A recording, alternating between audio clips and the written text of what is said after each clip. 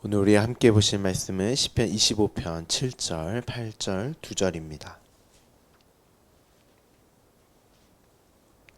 시편 25편 7절, 8절, 2절입니다. 함께 봉독하죠.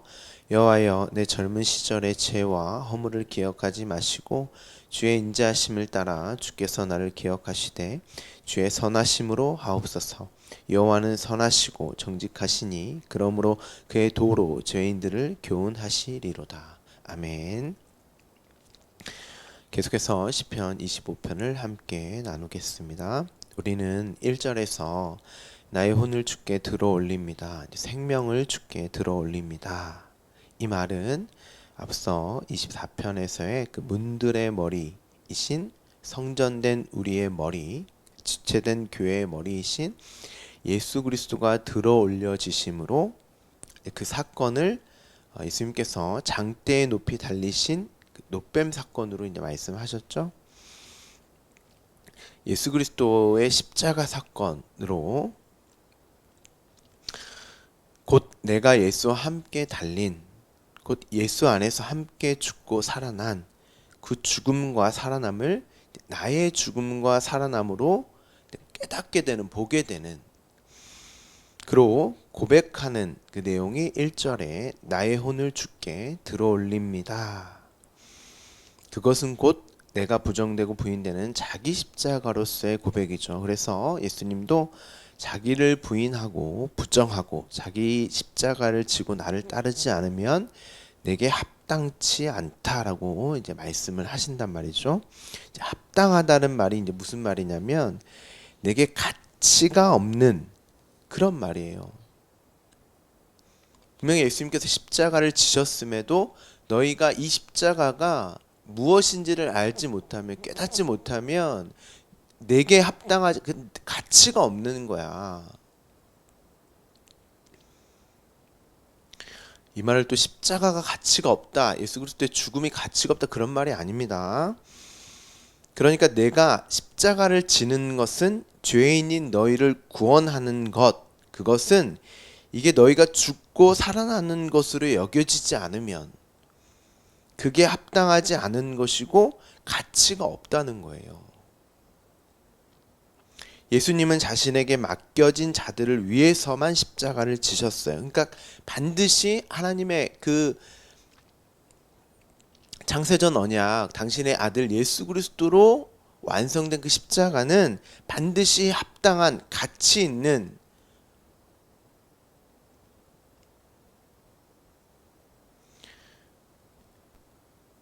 온전함이었단 말이에요. 하나님의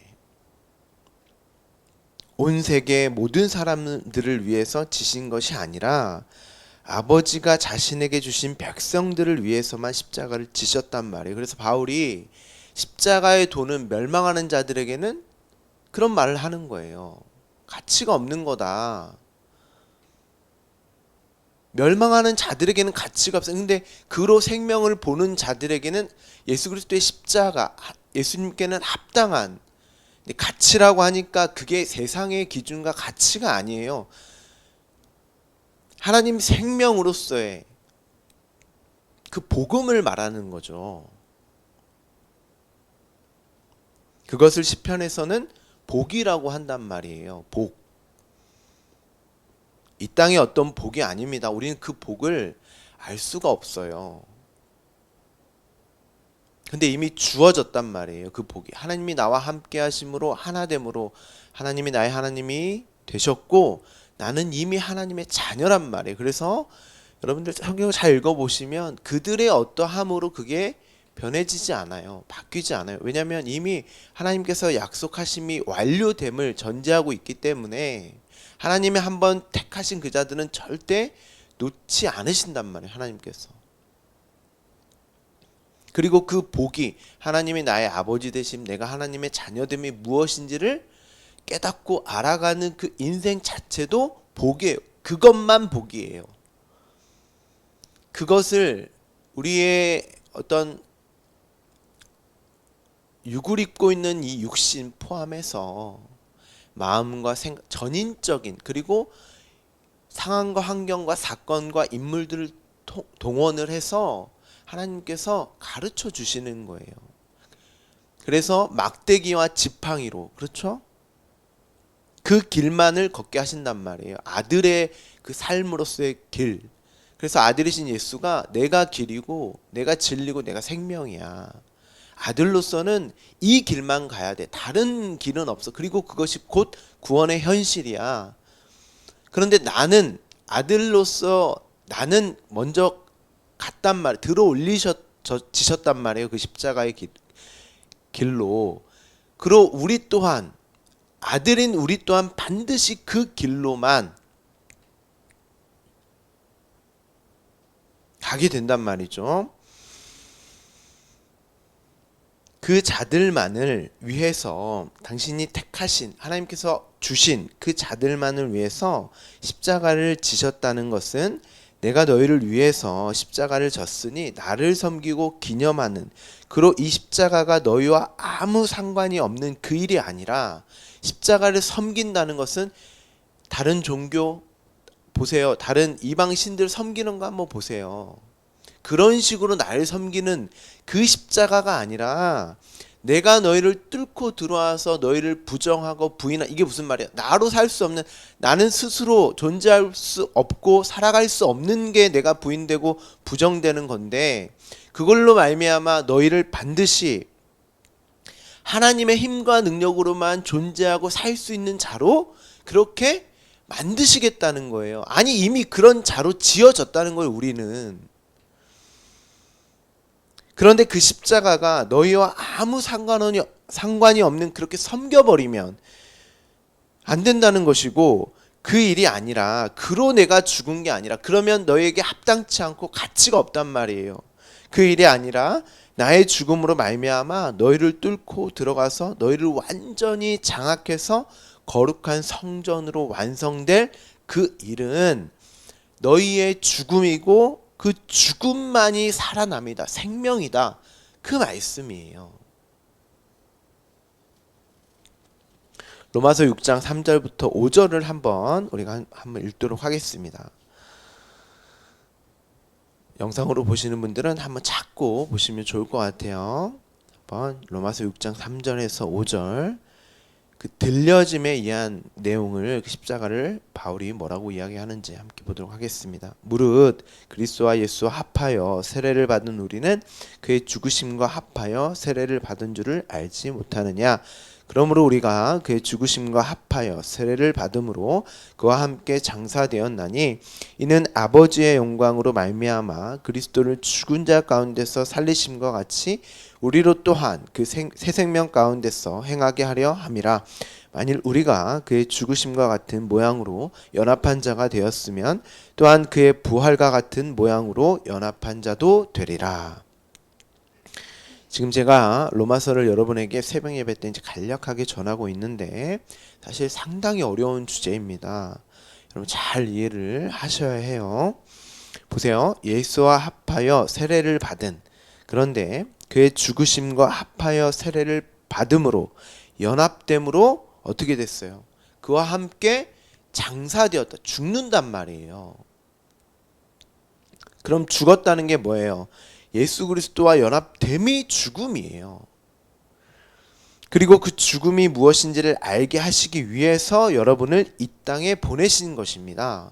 그러니까 이 죽음은 단순히 육적 죽음을 말하는 게 아니라 내가 누구이며 내가 어떠한 존재이며 무엇으로 살아야 되는지를 알아가는 게 곧 죽음이에요. 왜냐하면 우리는 이 육을 입고 이 역사 속에서 우리는 여러분이 현실이라고 생각하는 이 삶, 인생은 다 나로 살아요.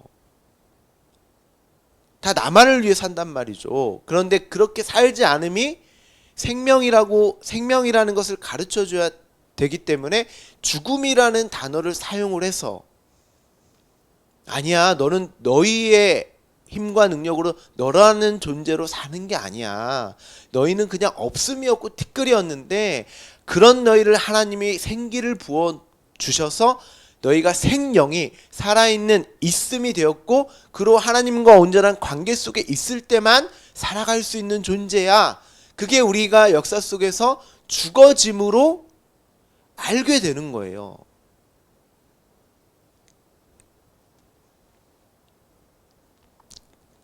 그리고 이 죽음이 무엇인지를 알게 하시기 위해서 여러분을 이 땅에 보내신 것입니다. 근데 사실은 그게 생명이잖아요. 그게 살아감이잖아요. 그러니까 진짜 살아감, 생명인지를 무엇인지를 가르쳐 주기 위해서 이 땅에 보내신 거예요.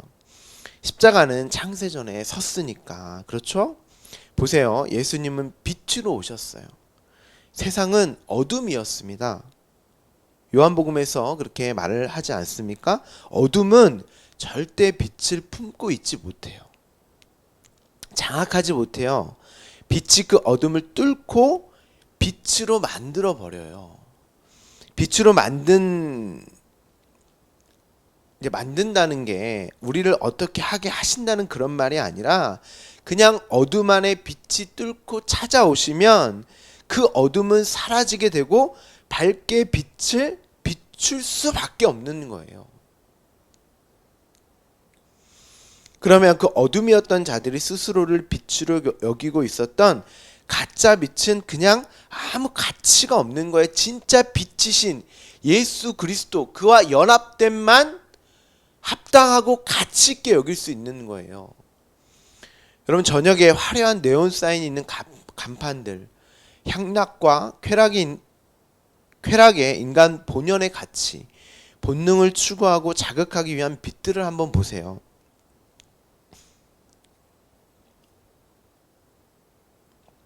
어둠이 빛으로 여기는 것들, 저녁에는 얼마나 화려합니까? 얼마나 멋있습니까? 그런데 새벽에 한번 가보세요. 동틀 때 한번 가보세요. 진짜 빛이 나타나기 시작하면 그 가짜 빛은 얼마나 초라하며 얼마나 가치 없게 여겨집니까? 여러분, 예수님이 죽고 무덤으로 가시죠? 무덤이 뭐예요? 성경에서 무덤을 무엇으로 비유하죠? 우리 보고 말씀이 어디에서 나오라고 합니까? 무덤에서 나오라고 하잖아요. 죽은 자들의 무덤, 죄와 허물로 죽은 우리의 그게 실존이에요. 죽은 자들의 세상, 거기서 나와라 그런단 말이죠. 예수 그리스도가 십자가에서 죽으심으로 우리와 연합함을 또 어떻게 보여주시냐면 세상이라는 무덤으로 찾아오시는, 저와 여러분에게 찾아오시는 그 연합을 또 설명하는 거예요. 십자가의 그 죽으심이 우리와의 연합인데 그가 죽고 죽은 우리에게 찾아오시는 그 내용을 무덤에 묻히시는, 갇히시는 장면으로 또 보여주는 거죠. 그런데 그 무덤이 어때요? 그 더럽고 황폐한 그 죽음의 땅이 그 생명을 담지 못해요. 그 땅이 그 생명을 토해버립니다. 무덤의 문이 열리고 예수가 나오셨다니까요. 그런데 어떻게 나오셨어요? 우리와 함께 나오세요. 무덤인 우리와 함께 나오신단 말이에요. 어떻게 알 수 있어요? 당신의 세마포 옷을 놓고 나오시잖아요. 그런데 요한계시록에 보면 그 세마포 옷을 어떻게 하죠? 우리에게 입혀주세요. 그거 입고 나오라고. 우리 보고 입으라는 그런 말이 아니라 이미 그 옷은 속옷을 달라는 자들인 우리, 율법에 묶여있는 우리에게 겉옷으로 주어졌단 말이에요. 십자가에서. 창세기부터 계속적으로 일관성 있게 하는 말이에요. 말씀이. 그 옷이 무엇인지를, 어떤 내용인지를 내가 알면 그 옷을 입는 거예요. 예수님께서 옷을 다 넘겨주셨는데 예수님의 제자 요셉과 니고데모가 또 예수님을 세마포를 싸서 무덤에 둡니다. 그런데 예수님은 그 옷을 입고 계시면 안 돼요. 그들이 또 십자가를 이해하지 못하고 자신들이 섬기고 장사를 지내려고 했다는 것은 그것을 자신들의 죽음으로 이해를 못했다는 거 아닙니까? 그래서 내가 준 그 겉옷, 십자가에서 준 그 옷을 입고 오라고, 이 죽음은 너희의 죽음, 장사란다를 또 가르쳐 주시는 거예요. 그것을 알면 그게 그들이 예수와 함께 무덤에서 나오는 거예요. 그 옷 입고, 예수가 십자가에서 주신 그 옷 입고. 그래서 일부러 어둠에 찾아왔던 니고데모가 어둠이었어요. 그 인물을 데려다가 많은 제자들이 있었잖아요. 그런데 그 니고데모가 낮에 빛으로 나오는 장면을 삽입한 것입니다. 그런데 요한복음을 잘 보면 아직 어두울 때에 밤에 그들이 울고 있었더라. 그 무덤 앞에서 다 예수 그리스도의 그 육적 죽음의 슬픔에 잠겨 있었단 말이에요. 그 죽음을 자신들의 죽음으로 깨닫지 못한 자들의 상태를 보여주고 있는 거예요.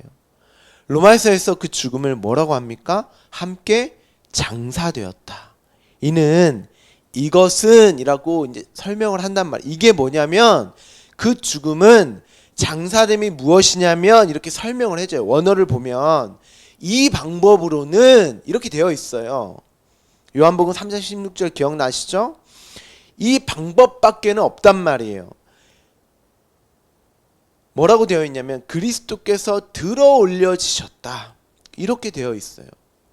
이 들어올려지셨다를 살아나셨다. 이렇게 이제 번역을 했는데 아니에요. 들어올려지셨다. 아버지의 영광으로 말미암아 그리스도가 죽은 자 가운데서 이제 살아나셨다. 이제 그렇게 번역을 했는데 들어올려지셨다. 아버지의 영광은 십자가죠. 십자가가 뭐예요? 내 뜻이 아니라 아버지의 뜻대로 되어지는 것, 그것이 십자가가 담고 있는 내용이란 말이에요. 자기의 뜻, 원함이 부정되고 부인되는 것, 그건 아무리 이 세상에 어떠한 가치가 있을지라도, 선해 보일지라도, 그건 내 뜻과 내 원함으로 있을지라도, 그게 하나님께 내가 가고자 하는 마음일지라도 그건 내 원함과 뜻으로 되어지는 일이 아니란 말이에요. 제가 여러 번 설명을 드렸습니다. 자기의 뜻, 원함이 부정되고 부인되는 것, 그것을 죽음이라고 한단 말이죠. 그런데 아버지의 뜻과 원함이 당신을 통해서 이루어짐이 또한 살아남, 생명이란 말이에요. 오늘 본문을 보시면 여호와여 내 젊은 시절의 죄,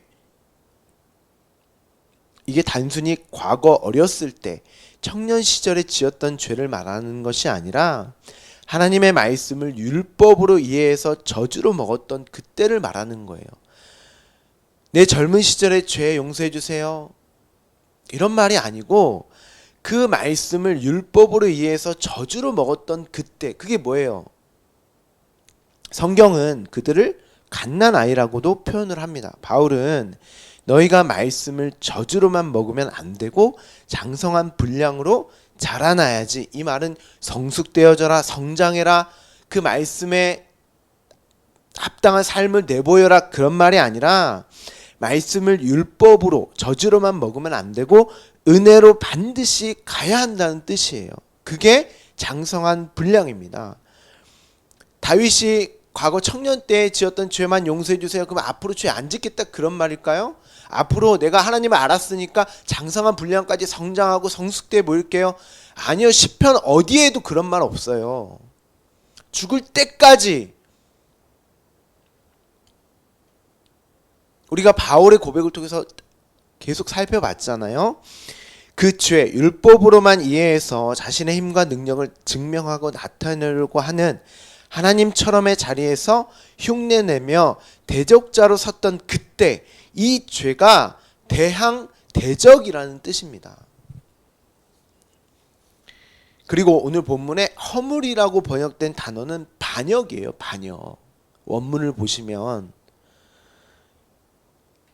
그러니까 단순히 다윗이 원수들, 반역자들을 하나님께 벌해달라고 했던 건 하나님을 대적했던, 반역했던 자신은 그렇게 구원을 받을 만한 존재가 아니라 오히려 하나님의 벌을 받아서 죽어 마땅할 자였다는 것을 말하고 있는 거예요.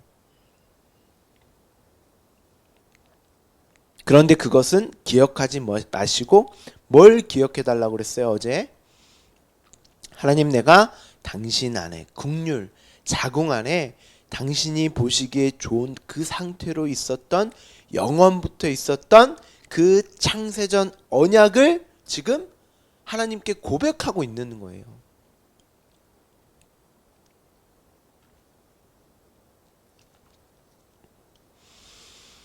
다윗이 당신이 하시겠다고 하신 당신의 뜻과 원함을, 이게 다윗의 뜻과 원함이 아니라니까요. 먼저 하나님의 뜻과 원함을 나에게 부어줘서 내가 그렇게 되어지기를 원하는 게 또 기도잖아요. 다윗 스스로가 이 뜻과 원함을 기특하고 성숙되고 자라나서 품었던 게 아니라 다윗은 알았던 거예요. 나는 그렇게 살 수 없는 존재구나. 하나님이 찾아오셔서 내가 누구인지를 가르쳐주고 그 하나님과 함께한 그 복이 누군지를 깨닫게 해주시는, 그로 말미암아 그걸 보게 해주시는 이 인생과 역사, 나의 삶을 이끄시는 그 하나님으로 말미암음이구나. 그게 십자가에서 내가 죽는 거예요. 예수 그리스도와 연합되어서.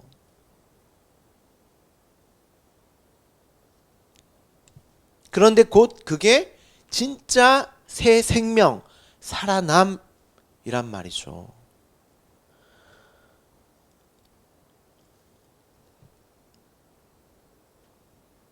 저주로 그 말씀을 알고 있었을 때는 자신의 뜻과 원함이었어요. 그런데 그러면 그게 곧 나를 섬기는, 하나님까지도 나의 뜻과 원함을 위해서 섬길 수밖에 없는 곧 어둠이요 죄와 허물로 죽은 무덤에 사는 존재였다는 것을 알게 되었고, 당신의 그 선하신 뜻에 따라 보시기에 좋은 나를 지어가시고 완성하신 그런 나를 기억하소서. 주의 선하심으로 하옵소서. 내 뜻대로 마옵시고 당신의 아버지 당신의 뜻대로 하옵소서. 이게 로마서 6절 4절에 우리로 또한 새 생명 가운데서 행하게 하려 함이라, 이 말인 것입니다. 뭘 대단히 착하고 올바르게 우리가 변해지는 게 아니에요. 물론 지향성과 방향성, 하나님의 말씀이 주어짐으로 말미암아 그런 지향성과 방향성이 있죠. 그리고 그렇게 이끌려 가겠죠.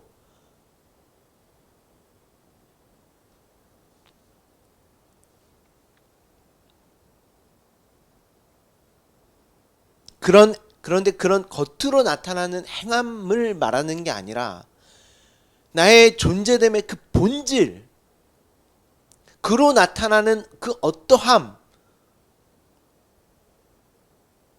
나로 살 때, 나만을 위해 살 때 나는 숨 쉬는 것까지도 죄란 말이에요. 숨 안 쉬는 분 계세요? 정말 하나님을 영광을 위해서 숨을 쉬고 밥을 먹고 생각을 하고 잠을 자고 이런 분 계십니까? 잠 안 자면 내가 피곤하고 힘드니까 자잖아요. 그런데 이 말씀을 통해서 나는 이렇기 때문에 하나님이 나를 찾아오셔서 나와 함께 죽고 살아날 수밖에 없었구나. 그러면 그것을 내가 그 말씀으로 깨닫고 품고 있으면, 그 말씀이 나의 삶을 이끌고 가고 있다는 것을 내가 인생을 통해서 본다면 이제 그의 삶은 하나님의 영광, 하나님의 그 십자가에 합당한 가치 있는 삶이 되는 거예요. 숨 쉬는 것도 하나님을 영광을 위해서 하는 거고, 먹고 마시고 자는 것도, 하물며 모든 것이 나의 존재됨 자체가 하나님의 영광이란 말이에요. 왜냐하면 내가 부정되고 부인되는 거니까, 그 십자가로 말미암아 영광만 받으시니까.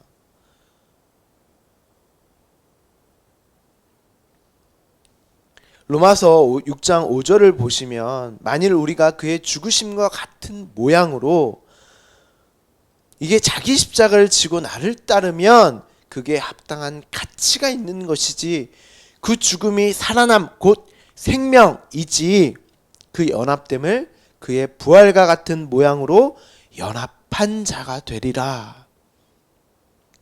그게 부활, 새 생명이 주어진 상태라는 것입니다.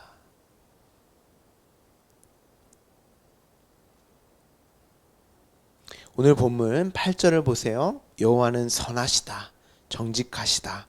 여호와가 한 그 일이 선하고 정직한 게 아니라 여호와가 선하시고 정직하시니 그가 하신 모든 일이 선하고 정직한 일이 되는 것입니다.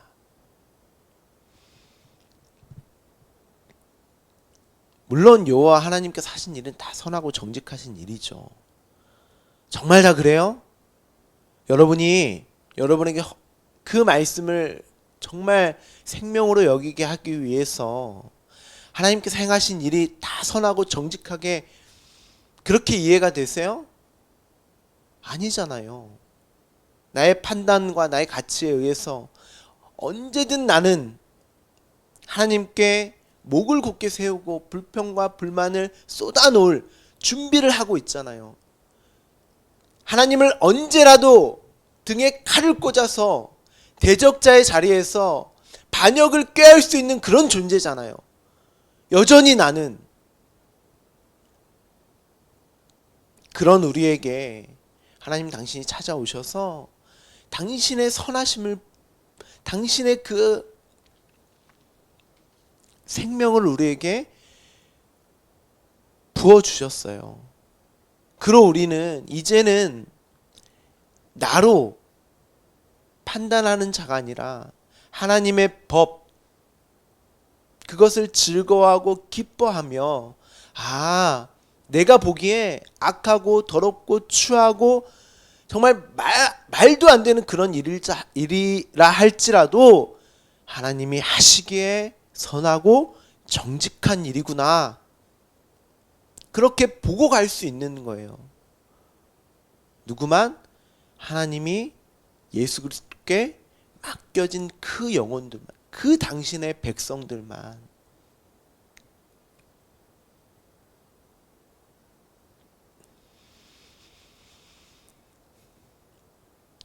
우리는 이해할 수 없는 일일지라도 여러분의 판단과 기준, 가치로 보았을 때 그게 선이 아니고 정직하게 보이지 않을지라도 하나님의 뜻과 원함으로 되어지는 일은 선하고 정직하다. 나의 뜻과 원함이 아닐지라도, 아니 나의 뜻과 원함은 항상 나를 위함이기 때문에 그건 아니지, 그게 선이 될 수 없지. 아무리 선하고 가치 있고 아무리 올바른 행동일지라도 하나님과 관계없으면 그건 선이 아닌 것입니다. 하지만 하나님께서 하시는 일이라면 내가 악하고 추하고 더럽게 여겨지는 일일지라도 그건 선한 거예요. 그래서 모든 것이 합력하여 선을 이루신다. 그러므로 그의 도로, 진리의 말씀으로 죄인들을 교훈하시리라. 가르치신다는 거죠. 내 인생 삶 가운데의 말씀으로 가르치실 것이구나. 어떻게 해요? 하나님이 하신 그 모든 일을 선하게 여기게끔 나의 인생을 정말 생명으로 볼 수 있게 가르치신다는 거예요. 그것을 배우기 위해서 내게 이 삶이 주어졌구나. 그것을 다윗이 고백을 하는 것입니다. 여러분의 인생도 다윗이나 바울에게 주어진 인생과 동일한 인생이에요. 여러분도 반드시 이 고백을 하셔야 해요. 여러분도 반드시 보실 수 있으셔야 하는 것입니다. 이 고백이 여호와께 나의 혼을 생명을 주께 올립니다에 담겨진 그 진리인 것이죠. 여러분은 이 고백을 하고 계십니까? 이제 곧 성탄절이 다가옵니다. 예수가 왜 이 땅에 육을 입고 오셔야만 했는지, 이 어둠의 세상, 이 무덤인 세상에 비치신 그분이 왜 오셔서 그 무덤으로 찾아오셔서 내려오셔서 당신께서 그 무덤의 문을 열고 나오셔야만 했는지, 왜 세마포 옷을 무덤에 놓고 가셨어야 했는지, 그 사실을 알면 사실 우리는 굳이 성탄절을 절기로 지킬 필요도 없는 거예요. 그런데 너무 사람들이 그 생명에 예수 그리스도가 찾아오신 그 이유에 대해서 관심이 없으니까 그냥 자기네들 기쁘고 즐겁고 먹고 마시고 그냥 그 수준으로만 알고 있으니까 예수님이 이 땅에 오신 이후에 관심이 없기 때문에 그날 다시 한번 기억하기 위해서 함께 모여서 예배를 드리는 것입니다. 우리에게는 매 순간이 기쁘다. 구주 오셨네. 그렇죠? 아니에요? 우리가 어제 나눴던 것처럼 하나님의 법으로 즐거워하라. 항상 기뻐하라. 그 말씀이 내 안에 있으므로 기뻐하고 즐거워하는 것 아니겠습니까? 그 말씀이 예수 그리스도를 담고 나에게 찾아오셨기 때문에 기쁘다 구주 오셨네라고 찬송 찬양과 감사로 나타나는 것 아니겠습니까? 그러니까 우리에겐 늘 성탄절인 거예요, 사실은. 오늘도 내 안에 있는 말씀으로 나만을 위해서 나로만 살고 싶어하는 내 모습을 보게 되고, 또한 그런 나를 말씀으로 이끌고 가시는 하나님과의 전쟁을 치르는 치열한 삶이겠지만, 말씀을 이제 율법의 젖이 아니라 은혜의 말씀, 생명의 법으로 장성한 분량까지 한 걸음씩 나아가는 생명의 양식으로 먹게 되는 저와 여러분 주말씀 교회가 되기를 간절히 소망합니다. 기도하겠습니다.